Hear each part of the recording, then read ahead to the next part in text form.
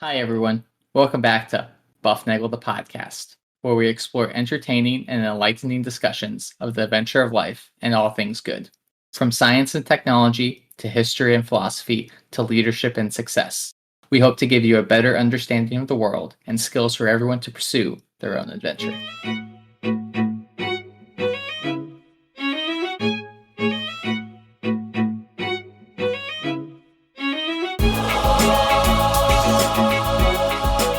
Hi, everybody, and welcome back to Bufnagle the podcast, where we talk about all things good and the pursuit of the adventure of life. I'm Rafe, and we have a great show today, although it will be me alone. I have no guests, no big brain smart heads to steer me in the right direction. So I'm going to try to get in the Bufnagle groove here and see what we can provide for you. If the calendar works out right, this episode should drop on Tuesday of Holy Week, 5 days before Easter. If I did the math right, depending on how you count days. Sometimes counting days can be a difficult thing. So before I get there, I want to do a couple things. As you know, thank you to the listeners for being here. We do appreciate you and the time you give us. We realize there's a lot of options for your ears, and we appreciate you spending some of your ear time with us. If you could, feel free to reach out to us at bufnagle@bufnagle.com. You can find us on the interwebs. But what really helps us, little 5-star reviews. Those are great. Subscribe, awesome, and share the love, share the buff. Make sure your friends know that we are out here, because that's how we. You won't see a Bufnagle billboard down there in Times Square saying "Listen to the Buff." Our advertising budget is not there. Our advertising budget is you, and hopefully it is the goodwill we establish with you. And we would love to have you share our story with people that matter to you. This is Holy Week, so those of you, except people who don't go to church probably don't call it Holy Week, but that's okay. We can still talk about good things that we get out of this. In the Roman calendar, we are here at the end of, this is the end of Lent. We had Palm Sunday yesterday, where we read the Passion, and Easter Sunday, Good Friday is coming up, and Easter Sunday is then going to be it's coming up in less than a week, and that brings us to the Passion story. And passion, it's interesting because passion is a word that means literally suffering, and this is the passion is the suffering. So if you are the kind of person who is compassionate, then that means when people suffer, you suffer with them, and that is a good thing. Last Sunday was Passion Sunday, Palm Sunday, and we celebrated that. So the story of the Passion is an innocent man. Truth incarnate is subjected to all sorts of bad stuff, and then put on trial, found innocent but killed anyway. Go figure that one out. Hung up on a tree and put in a tomb. That's the story of the Passion, and there's all sorts of intricacies in there. We're not going to go into a lot of those things, but I'm going to talk about how some of those things. I'm going to recount the story a little bit, but from a perspective that's not focused necessarily on salvation and the Easter story, but one more about how the Passion story is the oldest story and the most common story, and it is a story that is everywhere around us even today. So Jesus is an innocent guy. He is truth incarnate. Powerful people don't like truth, all right, because truth exposes their corruption. So the leaders at the time there in Jerusalem, they conspire to they see a threat, and they conspire to take down the threat. The threat, of course, is to their power, because truth is always a threat to corruption, and we know that power corrupts, and absolute power corrupts absolutely. So power and truth have trouble getting along. It's a difficult thing for them to do. So the religious leaders, they buy disloyalty from one of Jesus's 12 apostles, from Judas. They appeal to his sense of the good. They say, look, we'll give you this money if you turn him in. You can use that money. You can You can buy food for poor people. You can do all sorts of good things. We'll give you money. And Judas succumbs to that and turns in Truth himself, and they arrest Truth and put him on trial. And of course, like like all corrupt, it's a banana republic, right? It's a disaster of a trial. Power always fears truth and other threats to its power. So the leaders conspire to gin up testimony. They have people come in and say why this guy should be guilty and should be run out of town on a rail or strung up on a tree. But their stories conflict because it's hard to get consistent testimony when there's nothing there that the guy did wrong. And finally, they land on a blasphemy charge because he said he was going to destroy the temple and build it in 3 days. And we can go into why that is, what that means, and the symbolism there. But they get there, and they say, we got him now. We have all the evidence we need. What we really need, though, is a death penalty, and we don't have one of those. But Rome does, and since we are occupied territory, we'll take him to Pilate. We'll make Pilate kill him. So, of course, Pilate doesn't want any of this. Pilate is a low level. I mean, think of poor Pilate. All right, now, I'm not going to come out in defense of Pilate here at the end, but I want to recognize the situation he is in, and pray that you were never in this situation, because this very difficult thing for people to do is to stand up to justice when this kind of stuff is going against you. And Pilate fails miserably, of course. Pilate is the Roman governor there, and his job is to maintain Pax Romana, which is wonderful when it's peaceful. But if you are on the outside, it can be very harsh, as evidenced by what they do to the to criminals. So Pilate doesn't want any part of this. He wants power in Rome, but he knows he's got to do his time there in Israel. And he questions Jesus, and he says, I got nothing here. Why do you want him killed? I'm not seeing anything. But of course, the leaders that are corrupt, they rouse the rebel, as it's said, and they're starting a riot. And Pilate sees that his ability to maintain Pax Romana, and thus his position of power, and his opportunity to advance from this current position he has to maybe a cushier gig back in Rome somewhere is on the line here. So Pilate wants to free him. He can't come up with a way to do that. The mob, he can't quell the mob. The mob is out of control. And he says to them, I'll tell you what, I'll give you a choice. How about, he's giving them every opportunity to not do this, but people are people. And he says, there's this guy, this rebel who is in jail for murder, this Barabbas guy. And there's Jesus, who is truth incarnate. And to me, it is, these things are funny because they are so obviously consistent throughout time. This is how people behave. The Passion is a story about how people behave, regardless of what century it is. So they get asked the question, do you want Barabbas or do you want Jesus? And they say, give us Barabbas, take Jesus and string him up on a tree. Because they have been coerced by the leaders. The people they've ginned up this outrage, and they've been told to ask for things that are obviously not in their best interest. The ruling class is what are they doing?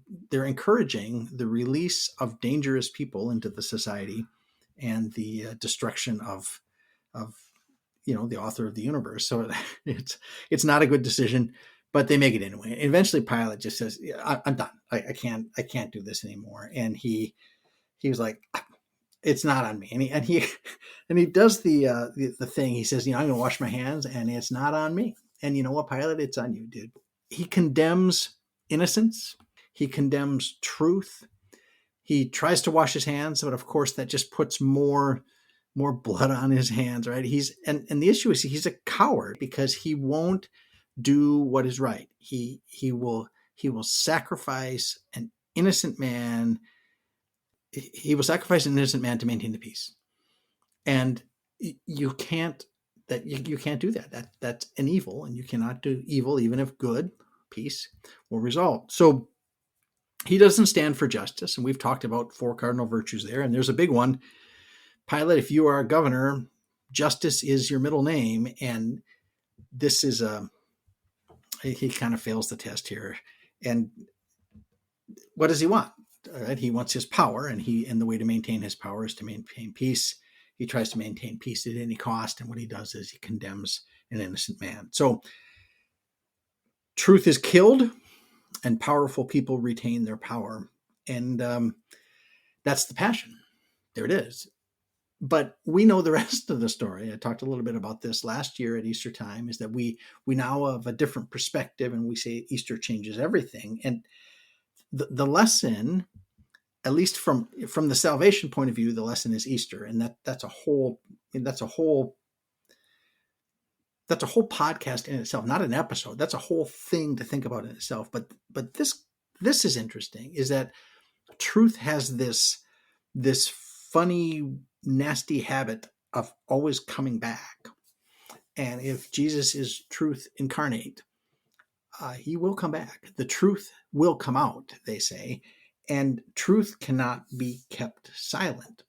So this story of power versus truth versus corruption versus trying to get what you want in this world, that is a story that should be familiar to anyone that knows any bit of his history. Power always corrupts, and absolute power corrupts absolutely. Corruption is the state of this world. Corruption is the state of this world. Now, this podcast is generally on all things good in pursuit of the adventure of life thing. This seems like a kind of a downer here. It is Holy Week, and the readings get kind of somber, but this is going to come out good on the other side. Okay, so just hang with me. Darkest before the dawn and all that. I was raised, I think, and I think a lot of us have been raised this way, in a culture that tends to think of civilization in progress. So we were taught, think about how you were taught history. If you started way back in prehistory, we talk about Stone Age, and we talk about people with very little technological ability. We may even mock their scientific expertise. We move from Stone Age to Bronze Age to Iron Age. We see advancements in writing and in mathematics and in other kinds of technology. Things in the past were not good, is what we were taught, but things now are better, right? And we even mentioned last week, or whenever that was, a couple weeks ago, that when I was talking to Harry, that there are some really good things here. There are good things. We have vaccines, and we have airplanes, and we have air conditioning, and we have podcasts, and I think that's good, right? And we have aluminum cans, and we have interstate highways, and a lot of the things that we talk about here on this podcast of, all things good. A lot of those things are good. These technological advances are good things, and we tend to think of the world as progressing. I think we said twice as good as yesterday and half as good as tomorrow. It's always this getting better and better and better thing. And we were taught this description of the world as this progress thing. And I'm not going to go into the politics of this, but it's easy to see how that can drive political thought. And I'm not going to argue that that's not true. This is look at the wonderful things we have now compared to just when you were a kid. And some things I will entertain the argument, some things aren't as good. But in general, this technological advance has been just mind-bogglingly awesome in general. And we've also been told things like the arc of history bends toward justice. And I don't really know who said that. And it's a wonderful statement. Whatever it means, it seems to mean that things get better from a justice point of view as time goes on. But you know what? That just ain't true. It's just not true. The history of the world is filled with this interesting contrast between things and people. We are filled with a world of increasing technological innovation, all the things that we discuss here in this podcast, but the nature of the world from a human point of view is fundamentally the same now as it was in the year 1400, as it was in the year 33 BC, or 3380, as it was in 4 BC, as it was in 750 BC, and all the way back, the nature of man doesn't change. And the nature of man is that power corrupts, and absolute power corrupts absolutely. That's a strange interjection. The issues and the stories that we see now are the same as this passion story. Man stays constant while things change. The passion story is familiar because we see it all the time. Power seeks to corrupt truth. Truth seeks to expose the corruption in power. So the tech moves on, the technology moves on, but the corruption of man stays the same. We're stuck the same. So we come to new problems and new issues, and we have AI bots now, and we have all sorts of wonderful vaccines, and we have airline travel, but when we move around, we see diseases change. I mean, so technology brings other new problems. These are new problems. No, they're not. They're all old problems.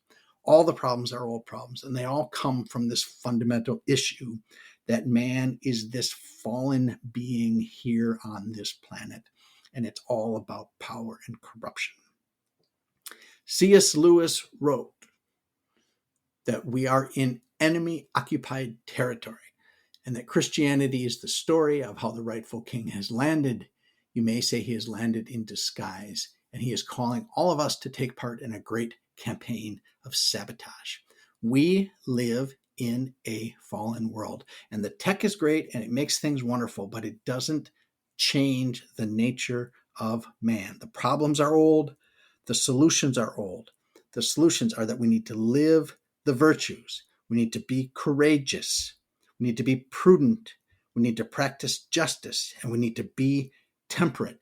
These problems of that Pilate personified, and that the leaders in Jerusalem at the time of the Passion that they personified as well. These people they're all over history. Just think about the tyrants that you've heard of: Nebuchadnezzar and all the pharaohs, Alexander, all the Caesars, Genghis Khan, Stalin, Hitler, Mao, Pol Pot, Idi Amin. All of these guys, they're the same guy. They're all identical guys. And even little local leaders that you get, governors or mayors or city clerks or the clerk at the DMV, or even the tyrannical homeowners association president that you may have where you live. These are all the same people, and they're fighting the same problem. And the problem is human desire for power, which comes from pride, which leads to corruption. And the only antidote to that is truth. Remember, this is not our home here on earth. We are in enemy-occupied territory. We are behind enemy lines. Our home is with God. The Passion exposes that truth is there, and truth will come out. Truth will win the day, but not here. This is not our home. This is not where we long for. So the Passion leads us to Easter. Easter brings the hope, and the hope is that truth will not be kept silent. So set your sights not here, but to Easter and what is beyond. Seek the good, be the good, and spread the good, and enjoy the adventure of life.